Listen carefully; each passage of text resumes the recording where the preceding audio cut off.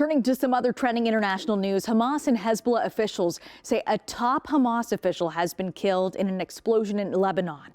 Israel's Prime Minister Benjamin Netanyahu had threatened to kill the deputy political leader even before the Hamas-Israel war began on October 7th. Israeli officials declined to comment about that blast that struck a southern Beirut suburb, killing 6. Several security sources confirming that senior Hamas official Saleh Al-Arouri was killed today in an Israeli drone strike that hit Beirut's southern suburbs. Israel isn't commenting, but if the reports are true, the attack could mark a major escalation in the war against Hamas. Obviously, the developments are extremely worrying, and I think this just really highlights what the Secretary General had just said about the dangers of the spillover of this conflict in the wider region.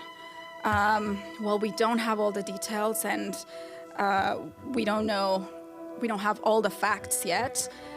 We know that the Secretary General urges all parties to exercise maximum restraint and take urgent steps to de-escalate tensions in the region. Lebanon's national news agency said 6 people were killed in the strike. 2 security sources said the strike had targeted a meeting and that another militant commander was among them, but there were no details on the additional 4 casualties. אני לא מתייחס למה שנשמע כאן או במקומות אחרים. אנחנו ממוקדים בלחימה בחמאס. Demonstrations quickly erupted across the West Bank after news of the Al-Arouri killing, crowds chanting for a revolution in the occupied territory. Earlier today, Hamas's supreme leader thanked South Africa for launching a case at the United Nations International Court of Justice that accuses Israel of genocide against Palestinians in Gaza, adding that there will be no exchange of prisoners between Hamas and Israel until the aggression ends. There will be no prisoner swap deal or no negotiations under fire until the Israeli aggression ends. Meanwhile, we say that we are open to any initiative that can end this Israeli genocidal war. Hamas also rejected U.S. and Israeli demands that they will not have a role in the future of Gaza after the war. Israel's army announcing that several thousand troops will be taken out of Gaza in the coming weeks, though it has not said publicly whether the withdrawal reflects a new phase of the war.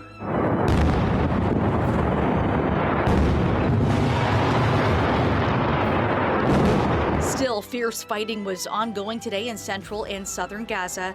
Most of its 2.3 million people have fled to the southern portion of the cramped enclave, with more than 85% of the population driven from their homes. More than 21,900 Palestinians have been killed since the start of the war that began on October 7th after Hamas attacked Israel.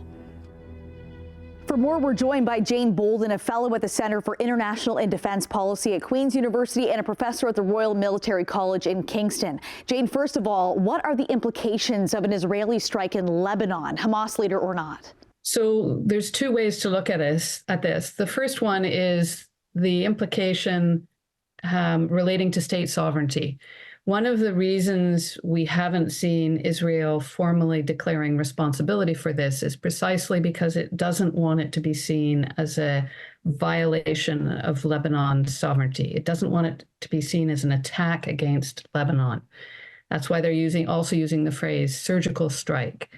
But the second implication flows from that, which is that's precisely what Israel has done, is that it's reached into Lebanese territory to target a specific location and a specific person. It shows us that it is determined about its policy of targeting Hamas no matter where they are, Gaza or otherwise. Israel and Lebanon have a long history of aggression, so does today's drone strike set the stage for more violence there?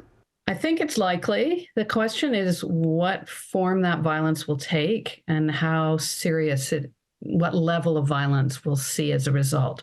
We're probably going to see a resumption or maybe even a strengthening of the rocket attacks from southern Lebanon into Israel. And I imagine, and we've already seen to some extent, that Israel is preparing for that by calling for an increase of the alert level within Israel. So we'll probably see some of that kind of response. The bigger question is whether this is enough of a shift on the part of Israel's actions to bring about a stronger response either in that geographic area or more widely deeper into Israel, or somehow a shifting of the conflict to the regional level. Will this military decision by Israel further ostracize the country from the international community, especially given the repeated calls for a ceasefire that have been ignored?